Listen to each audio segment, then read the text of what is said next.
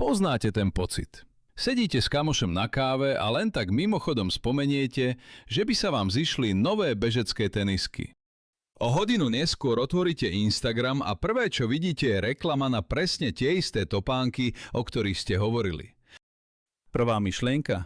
Oni ma odpočúvajú. Môj telefón je tajný agent pracujúci pre Marka Zuckerberga.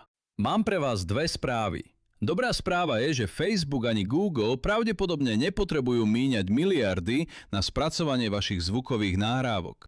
Tá zlá správa. Pravda je oveľa fascinujúcejšia a úprimne aj trochu strašidelnejšia. Váš telefón vás totiž nemusí počúvať. On vás pozná lepšie, než sa poznáte vy sami. Dnes sa pozrieme na logiku algoritmov. Pochopíme, prečo dokážu predpovedať vašu budúcnosť skôr, než si ju vôbec naplánujete.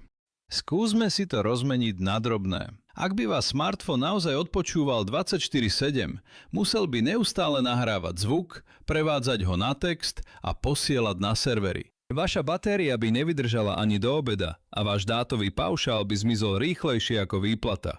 Technicky je to pre firmy nesmierne drahé a neefektívne.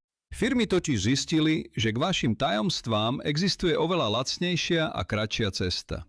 Cesta, ktorú im dlážite vy sami, každým jedným klikom. Vítajte v realite, kde slová nie sú potrebné. Vítajte vo svete metadát.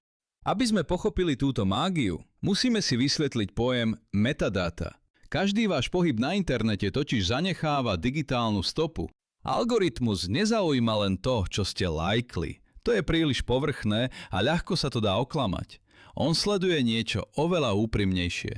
Sledujem, ako dlho ste sa pozerali na konkrétnu fotku, aj keď ste na ňu neklikli. Vníma tú sekundu zaváhania. Vie, či ste video vypli po 5 sekundách, alebo ste ho dopozerali až do konca. Ale ide to ešte hlbšie. Algoritmus vie, kde sa nachádzate. Predstavte si, že ste v kaviarni s kamošom. Vaše telefóny sa pripoja na rovnakú Wi-Fi a vaše GPS súradnice sú identické. Ak si váš kamoš pred týždňom kúpil stan a vy ste s ním teraz strávili 3 hodiny na káve, algoritmus si v zlomku sekundy spojí body. Nepotrebuje vás počuť. Logika je nepriestrelná. Ak má váš blízky priateľ nový koníček a vy s ním trávite čas, existuje obrovská štatistická šanca, že o tom začnete premýšľať aj vy. Algoritmus nepotrebuje mikrofón. Jemu stačí vaša poloha, vaša sieť priateľov a súvislosti. On nečíta slová. On číta vzťahy a pravdepodobnosť. A tu sa dostávame k tomu najzaujímavejšiemu, k vášmu digitálnemu dvojčaťu. Predstavte si, že niekde v obrovskom dátovom centre existuje vaša kópia, vaše digitálne dvojča. Nie je to fotka, je to matematický model postavený na miliónoch dátových bodov. Algoritmus o vás vie veci, ktoré si možno ani vy sami neuvedomujete.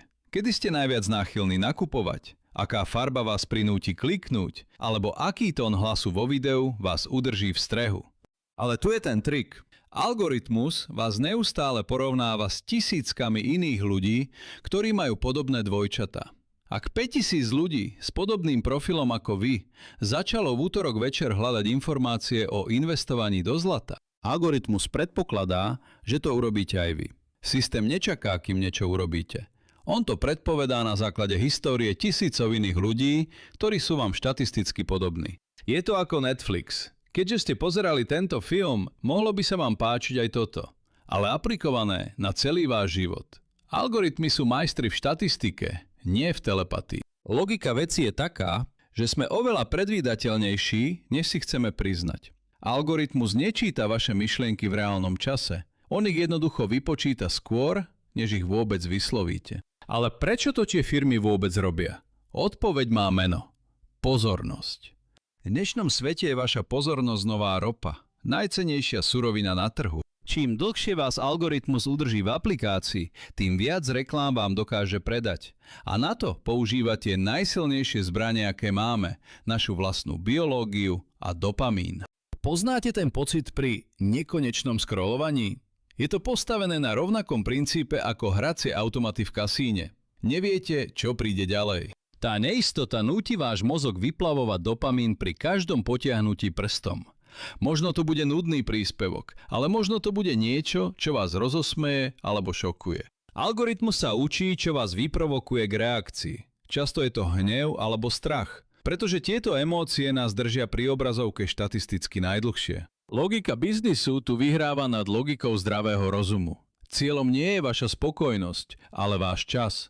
Za každú cenu. Znamená to, že sme len bábky v rukách kódu? Do istej miery áno, ale poznanie tejto logiky je vaša najlepšia obrana. Keď na budúce uvidíte reklamu na niečo, o čom ste len rozmýšľali, už nebudete hľadať skrytý mikrofón.